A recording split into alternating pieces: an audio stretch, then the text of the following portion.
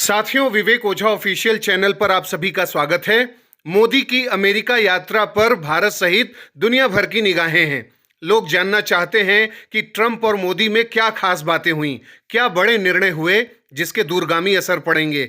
क्या अमेरिकी राष्ट्रीय हितों का पलड़ा भारी रहा या मोदी ने यूएस में भारतीय हितों को सुरक्षित करने की गारंटी पर कुछ खास कर दिया है। तो साथियों, मोदी और ट्रंप की मीटिंग के 6-7 बड़े निष्कर्षों को जानने के लिए अंत तक बने रहें। साथियों, सबसे पहले आंतरिक सुरक्षा के मुद्दे पर सामने आए बड़े निष्कर्ष की बात करते हैं। ट्रंप ने मुंबई आतंकी हमलों के दोषी तहव्वुर राणा के प्रत्यर्पण यानी एक्स्ट्रेडिशन को मंजूरी दे दी है, जिसका मतलब है कि अब तहव्वुर राणा को भारत लाकर उसके खिलाफ कार्रवाई की जा सकेगी। ट्रंप ने इसे वेरी एविल इंडिविजुअल कहा है। राणा पाकिस्तानी मूल का कनाडाई नागरिक है जो अभी यूएस के लॉस एंजलिस के मेट्रोपॉलिटन डिटेंशन सेंटर में बंद है। इसका पाकिस्तानी अमेरिकी आतंकवादी डेविड कोलमैन हेडली के साथ लिंक था और हेडली 26/11 मुंबई आतंकी हमलों का प्रमुख षड्यंत्रकारी था। तो जनवरी माह में भी यूएस सुप्रीम कोर्ट ने राणा के रिव्यू पिटीशन को नामंजूर कर दिया था और उस समय ये साफ तौर पर पता चला था कि यूएस भारत के साथ होमलैंड सिक्योरिटी के मुद्दे पर सहयोग के लिए आगे बढ़ रहा है। तो खालिस्तानी उग्रवादियों के खिलाफ कार्रवाई का रास्ता भी जल्द ही साफ होगा। दूसरी बड़ी बात जो ट्रंप मोदी की मीटिंग में सामने आई वो ट्रेड से संबंधित है। दोनों देशों ने अपने द्विपक्षीय वार्षिक व्यापार यानी बायलैटरल ट्रेड जो है उनका उसको बढ़ाकर $500 बिलियन करने का लक्ष्य तय किया है और वो भी 2030 तक। और ये करना बहुत ज़्यादा जरूरी भी है क्योंकि ट्रेड ही इस समय सब कुछ देखा जा रहा है पूरी दुनिया में, राष्ट्रों के लिए सबसे बड़ा मुद्दा बन के ये उभरा है। इस मीटिंग में साफ तौर पर नजर आ रहा था कि ट्रंप भारत को एनर्जी प्रोडक्ट बेचने के लिए आतुर हैं। उन्होंने कहा कि भारत यूएस से तेल गैस खरीदेगा। दरअसल ट्रंप चाहते हैं कि भारत सहित दुनिया के तमाम देशों में अमेरिकी सामान ज़्यादा बिकें, अमेरिका को ज़्यादा बाजार मिले। अगर कोई देश उन्हें लेस मार्केट एक्सेस देगा तो वो अमेरिका के घातक ट्रेड टैरिफ नीतियों का शिकार उसे बना देंगे। ट्रंप ने रेसिप्रोकल टैरिफ का भी ऐलान कर दिया मोदी के साथ जब मीटिंग हो रही थी, जिसका मतलब है कि टैरिफ लगाने के मामले में यूएस जैसे को तैसा यानी टिट फॉर टैट वाले सिद्धांत पर काम करेगा। जो देश अमेरिका पर ज़्यादा टैरिफ लगाएगा यूएस भी उस पर ज़्यादा टैरिफ लगाएगा। जितना लगाएगा उतना बदले में इधर से अमेरिका भी लगा देगा। न कम लगाएगा न ज़्यादा लगाएगा, जितना भी दूसरे देश लगाएंगे उस हिसाब से अमेरिका निर्णय करके ऐसा काम करेगा, ऐसा ट्रंप ने कहा। इस मीटिंग में ट्रंप ने यह भी कहा कि मोदी मुझसे ज़्यादा टफ निगोशिएटर हैं और मुझसे बेहतर निगोशिएटर हैं, यानी मुझसे ज़्यादा कठोर वार्ताकार हैं और मुझसे ज़्यादा बेहतर वार्ताकार हैं। जब ट्रेड के मुद्दे हैं, वॉर है या स्ट्रेटेजिक मुद्दे होते हैं, क्वाड संबंधी जो मुद्दे हैं, इंडो पैसिफिक का मुद्दा होता है, उन सब पर जब वार्ता करनी होती है और अपने हितों के पक्ष में बातें रखनी होती हैं तो भारत यानी मोदी ज़्यादा बेहतर तरीके से रखते हैं, ऐसा ट्रंप ने इस मीटिंग में कहा। ट्रंप दरअसल अपनी आर्थिक स्थिति के साथ साथ भारत की हैसियत को भी अच्छी तरीके से समझते हैं। कम से कम अमेरिका का जो सामान है उसके लिए बड़ा बाजार भारत तो है ही, तो अमेरिका भारत को किसी भी तरीके से इग्नोर भी नहीं कर सकता। इस बात को भी ट्रंप को ध्यान में रखना है और इसीलिए वो इतना सम्मान दे रहे हैं और उन्हें सम्मान देना पड़ेगा।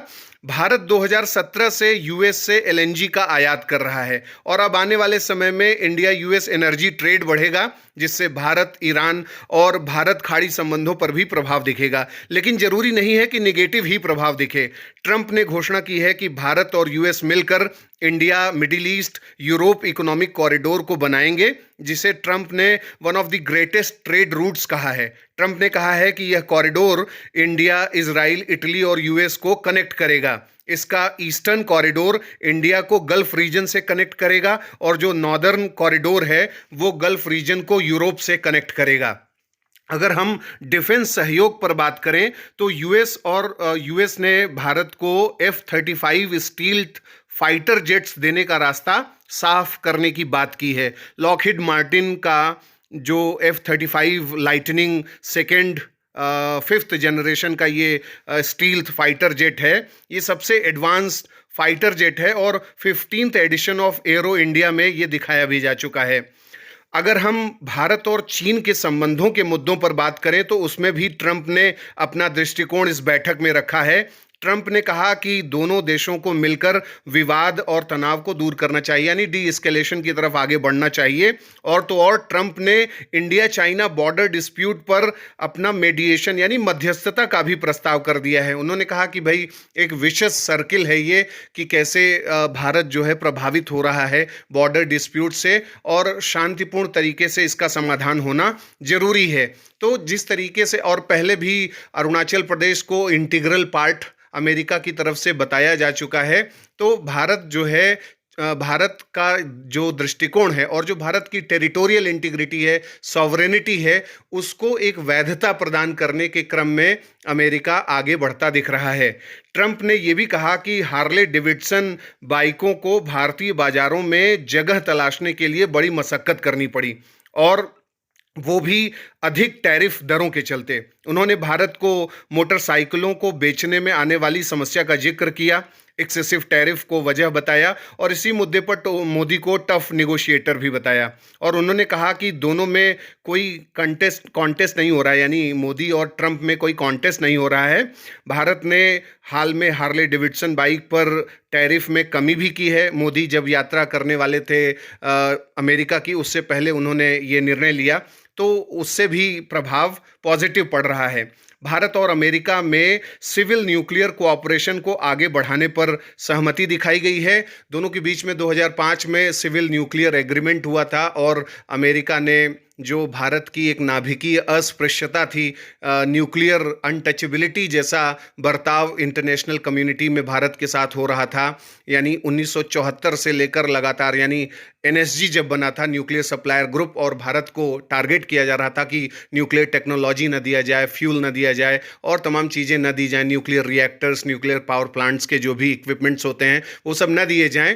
तो वो लंबे समय तक चला आ रहा था। लेकिन जब भारत का कद उभरा, जब भारत ने अपनी पहली न्यूक्लियर डॉक्ट्रिन 1998 में बनाई, और भारत ने जो न्यूक्लियर डिटरेंस कैपेबिलिटी अपनी दिखाई, उन सबको देखते हुए ये समझ में आया अमेरिका को कि अब जो है बात आगे बढ़ानी चाहिए, और कम से कम peaceful use of nuclear weapon के लिए, न्यूक्लियर एनर्जी के लिए काम करना जरूरी है। और इस दिशा में न्यूक्लियर एनर्जी प्रोड्यूस करने में हमें मदद दे रहा है अमेरिका। और अमेरिका 6 नए न्यूक्लियर रिएक्टर्स जो है लगाने की बात 2019 में ही कर चुका है। कुवाडा जो न्यूक्लियर पावर प्लांट है आंध्र प्रदेश में, वहाँ अमेरिका हमें मदद कर रहा है। और इसी तरीके से यहाँ इस समिट में, इस मीटिंग में एक और महत्वपूर्ण बात हुई कि मोदी ने कहा कि मेक इंडिया ग्रेट अगेन और मेक अमेरिका ग्रेट अगेन, यानी मीगा और मागा, इन दोनों का अगर हम ब्लेंड कर दें तो बन जाएगा मेगा पार्टनरशिप, यानी इंडिया और अमेरिका के मेगा पार्टनरशिप की इसमें बात हुई है। तो साथियों, कुल मिलाकर के कहने का आशय यही है कि जिस तरीके से कई ऐसे मुद्दे हैं जिस पर भारत चाहता है कि उसे यूएस से सपोर्ट मिले, और यूएस भी तमाम ऐसे मुद्दे हैं जिस पर इंडिया से सपोर्ट चाह रहा है। इसमें सहमति जितनी जल्दी बन जाएगी तो दोनों देश और ज़्यादा मजबूती से अपने संबंधों को आगे ले जा पाएंगे। जैसे एक मुद्दा सबसे बड़ा ये है कि अमेरिका भारत के साथ व्यापारिक संबंधों में ट्रेड डेफिसिट का सामना करता है। अभी जो वर्तमान में ट्रेड है, बाइलैटरल ट्रेड, वो $129 बिलियन है भारत और अमेरिका के बीच में, बाइलैटरल एनुअल जो ट्रेड है गुड्स में। लेकिन उसमें $45 बिलियन का घाटा झेलना पड़ता है। 2024 में $45 बिलियन का ट्रेड डेफिसिट था यूएस का। और ये एक बड़ा मसला है, क्योंकि अमेरिका का ये मानना रहा है कि जो लेस मार्केट एक्सेस दिया गया है, यानी अमेरिकन गुड्स, कई ऐसे गुड्स हैं जिस पर टैरिफ रेट भारत ने ज़्यादा लगाया है, इसके चलते ये स्थिति बनी हुई है। और इसलिए जब मोदी सरकार ऐसी नीतियां बनाएगी कि अमेरिकन गुड्स भारत के बाजारों में ज़्यादा पहुंचेंगे, अमेरिका का निवेश बढ़ेगा, तब उस स्थिति में और ज़्यादा मजबूत आर्थिक संबंध होंगे, और $500 बिलियन का जो लक्ष्य इन्होंने 2030 तक तय किया है, उसे भी आसानी से फिर पाया जा सकेगा। और उसमें एनर्जी जो ट्रेड होगा वो भी एक बहुत बड़ा रोल प्ले करेगा, वो एक गेम चेंजर साबित होगा। क्योंकि अमेरिका जिस तरीके से, चाहे वेनेजुएला हो या और भी ऐसे देश हैं, उनसे तेल न खरीदने की बात कर रहा है और सेल्फ रिलायंस की बात कर रहा है, तो उसी तरीके से भारत भी अब धीरे-धीरे अमेरिका से तो एनर्जी ट्रेड बढ़ाएगा ही, लेकिन भारत को ये भी ऑप्शन एक्सप्लोर करना होगा कि उसके पास कौन से एनर्जी रिसोर्सेज़ के जो भी संसाधन हैं, उनको वो कैसे अपने देश में खुद से इंडिजिनस कैपेबिलिटी के साथ एक्सप्लोर कर सकता है। इस पर भारत को काम करना आवश्यक है।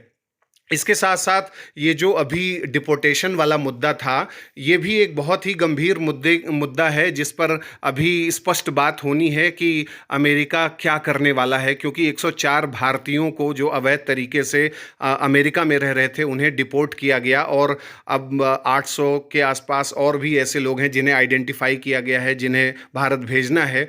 तो उन्हें कम से कम मानवीय तरीके से भारत में भेजने का जो मुद्दा है, जो कंसर्न्स हैं इंडिया के, वो सब रजिस्टर ट्रंप से कराना आवश्यक है, ताकि दुनिया को भी ये पता चले कि प्रवासी जो भारतीय हैं उनकी सुरक्षा के लिए भारत कोई समझौता नहीं कर रहा है।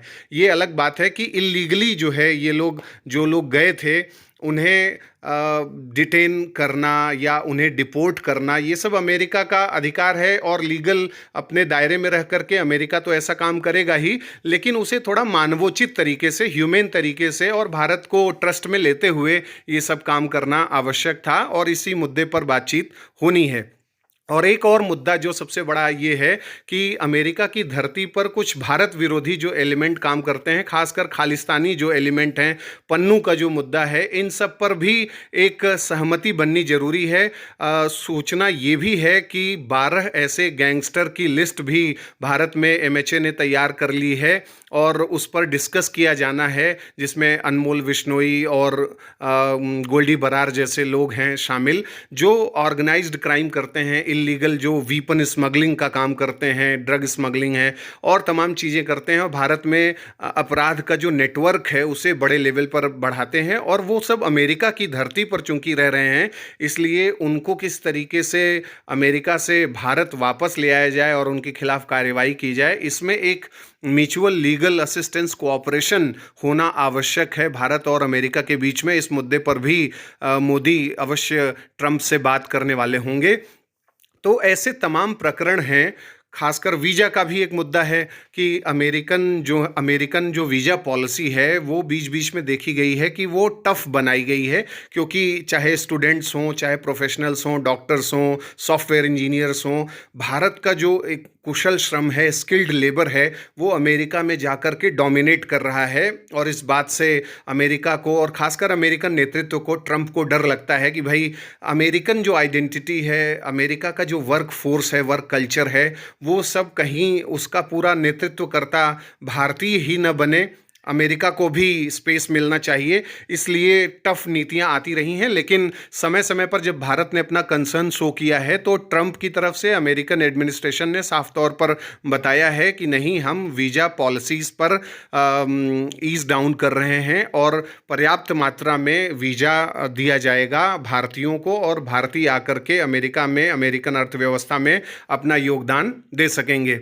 इस इवेंट में यानी मोदी जो मीटिंग जो उन्होंने किया, उसमें उन्होंने हाउडी वाला जो इवेंट था, हाउडी मोदी, और नमस्ते ट्रंप वाला जो इवेंट था, इन दोनों का भी जिक्र किया कि कैसे भारत और अमेरिका के रिश्तों में एक गर्माहट पूर्व के समय में रही है और उस गर्माहट को और ज़्यादा मजबूती देनी है, क्योंकि आज जो ग्लोबल कॉमन्स हैं, उन सब ग्लोबल जो चैलेंजेस हैं, उन सब के लिए मिलजुल करके लड़ाई लड़ने से ही समाधान मिल सकेगा। और भारत का पक्ष भी मजबूत है, भारत के पास कैपेबिलिटी है, इन सब पर अमेरिका के साथ एक सहमति बनानी होगी। आपका क्या विचार है, हमें कमेंट बॉक्स में बताएं। नमस्कार।